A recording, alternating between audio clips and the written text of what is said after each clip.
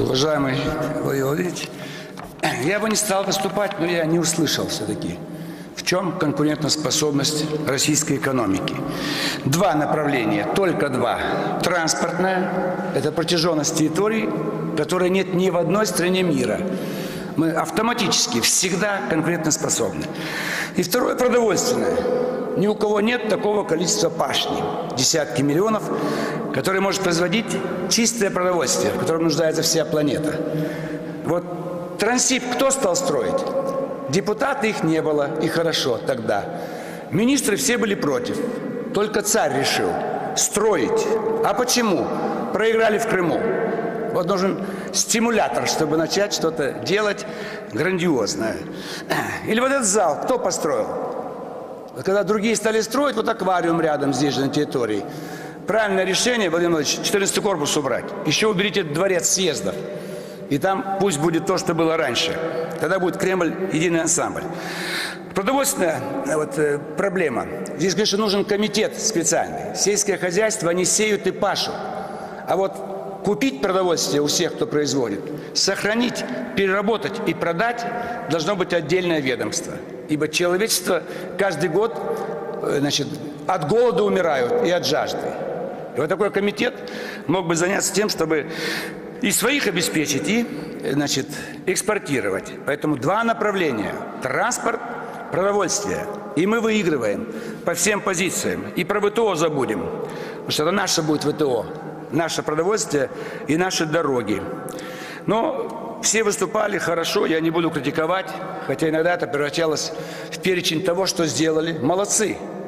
Иногда говорят, чего не сделали. Правильно. Но причины никто не называет. Причина успеха понятна, все хорошо. Или деньги попросить, тоже хорошо. Дайте денег, сделаем. Вот без денег как сделать? Поэтому вопрос, вот как нам подобрать новую экономическую элиту страны. Вот смотрите, здесь есть 127 человек, еще 23 министры федеральной службы. Всего 150. Всего надо управлять Россией на самом верху. 150. Неужели мы не можем подобрать самых талантливых, самых умных? Сидящие здесь хорошие, но на будущее. Чтобы эту программу выполнить, надо начинать этих людей подбирать. Не помощник президента по кадрам или управление кадров в министерстве. Там по бумагам считают. Анкета. Вот давайте хотя бы в анкету вставим пункты, что ты делал в августе 91 года, в октябре 93 года. Так, глобально посмотреть, а чем человек жил последние 20 лет. И вот эти 150 человек, это по одному от миллиона. Мы должны миллион просеять, но там дети, старики и пожилые там люди. Останется 400 тысяч. Что, это трудно сделать? По 2 человека в месяц. И мы за год получим нужных людей. То есть подготовка чиновника, организатора всех процессов. Чтобы чиновник все делал. Сегодня мы к нему как к барину идем. Простой пример. Я хочу легализовать подключение к электроэнергии, к газоснабжению. Я бегаю по ним. А они бегают от меня. То есть они не хотят, чтобы я платил легально налоги. Я должен их искать. Мне выкатывают сумму 10 миллионов. Я звоню министру, он опускает до 3 миллионов. А как простой гражданин опустит 3 раза дешевле? Это скрытая форма взятки. Не хочешь давать, заплатишь дороже. Себестоимость ниже, соответственно, а излишнюю сумму они между собой поделят. Или чиновник-организатор. Многие купили землю и не обрабатывают ее. Им некогда. Но возьмите и соедините их хозяев. Давайте мы вас в аренду возьмем. Я требую, чтобы мне показали границы моего участка. 2 года не показывают. То есть чиновники саботируют. Они должны организовывать. И мы всю брошенную землю, где хозяева живут в городах и не могут обрабатывать, создать кооперативы. И городской владелец получит деньги. Пусть 20 тысяч в месяц арендная плата будет. Но он хоть что-то получит. И земля будет задействована. Чиновник этого не хочет делать. Вот нужно сито. Нужен такой политический единый госэкзамен. Надо посмотреть на человека. Мы по анкете ничего не сделаем. В анкете до сих пор нет пункта «Ваши деловые качества». Или, например, пишут там «коммуникабелен», там «энергичен», «инициативен». А кто это подтвердит? Я читаю курс лекций. Всем нравится, но дальше никуда не идет. Мое чтение заканчивается в аудитории. Я посылаю диски с моими лекциями в Министерство образования. Оно молчит. в администрацию президента. Оно молчит. Ну, слушайте, все, кто меня слушает, говорят, что они такого ни от кого не слышали. Им это нужно. Это другое совсем. Потому что нам нужен чиновник другой, нам нужен и образование другое, и лектор другой. Но когда есть этот тот, кого не надо выявлять, мы его тормозим.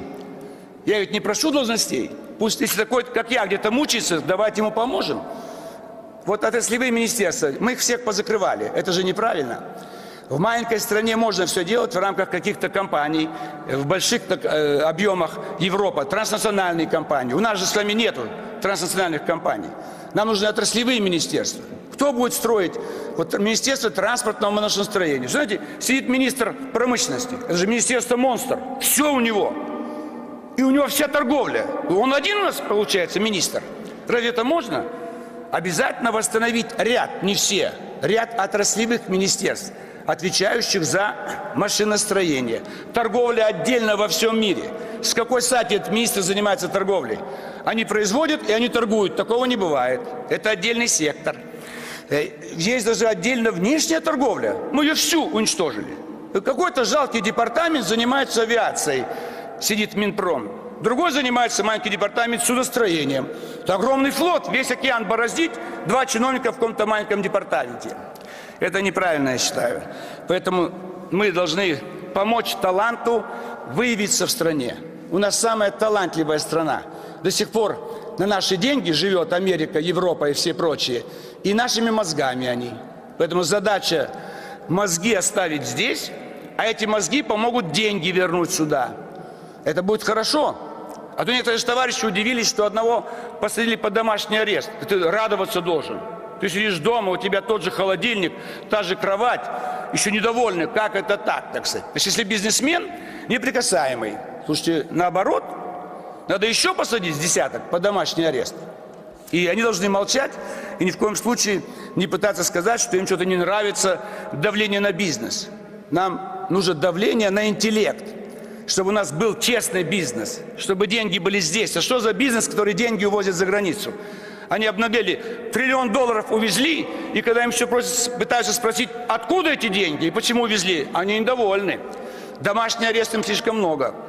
Это, я считаю, неправильно. Поэтому, значит, хотелось бы, чтобы все-таки мы нашли способ подобрать на будущее 150 человек. И они, Владимир Владимирович, не должны идти на выборы. Если мы их ведем на выборы, они прекращают все проекты, они все останавливают. Никому не нужна дорога под окном, никому не нужна автостоянка, собака для выгула собак.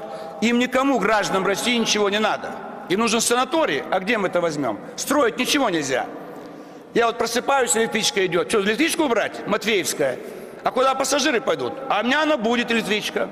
Я плохо сплю.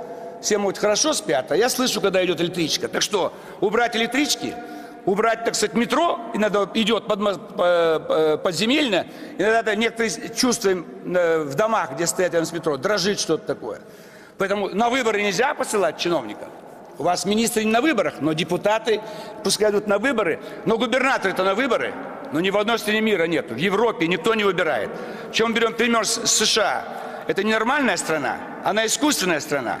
Еще Пакистан пример взяли. Но 200 стран губернаторов не выбирают. Вот вертикаль власти вся должна быть. Идти только сверху вниз и никаких выборов. Они не прекращают работать. И каждый год выборы. Давайте 3 компании. Президент, через год Дума, через год все остальные. 3 компании. С перерывом каждый год. И в марте проводить. Чтобы на текущий год пошла новая команда и на 5 лет пошла. Может быть, и от выборов президента отказаться всенародного. Ну как может весь народ кого-то избирать? То есть посадите здесь интеллект нации и дайте прям тут же бюллетень с 3 фамилиями. Пока они напишут фамилии, через полчаса известно имя главы государства. Сколько денег уходит? Все тормозится, интриги, команды, кто с кем, когда. Там хромая утка, не хромая утка. Это же не наша с вами стихия. Пускай выборы будут в самом низу, а губернатор, мэр, сити-менеджер, вот пускай и будет, только по-русски, городской голова. Пускай его городские депутаты и назначат, и вместе с ним отвечают. Это вот я хотел остановиться, я заканчиваю, потому что много других, может быть. Хотя, может быть, другим не всем надо выступать, но после меня выйдут еще 3, как минимум. Значит, вот борьба за мозги. У нас всего много, я это слышу при советской власти. Мы самая богатая, самая сильная. Где советская власть? При царе мы были ведущая страна Европы. Но кто кадровые вопросы решал? Царица нашептывала, кого снять министров, председатель правительства. Значит, при Ельцине дочь нашептывала. Ну, когда это кончится? Это же невозможно, чтобы нам назначали министров, губернаторов по личным отношениям. Понравился, не понравился. Надо проверять только интеллект. Сегодня есть ученые, машины. Соберите все выступления кандидата на какую-то руководящую должность, и вам машина выдаст уровень интеллекта. Вот потом начинаете уже решать кадровые вопросы, что он из себя представляет. Я закончил. Спасибо, Владимир Ильич. Пожалуйста, коллеги.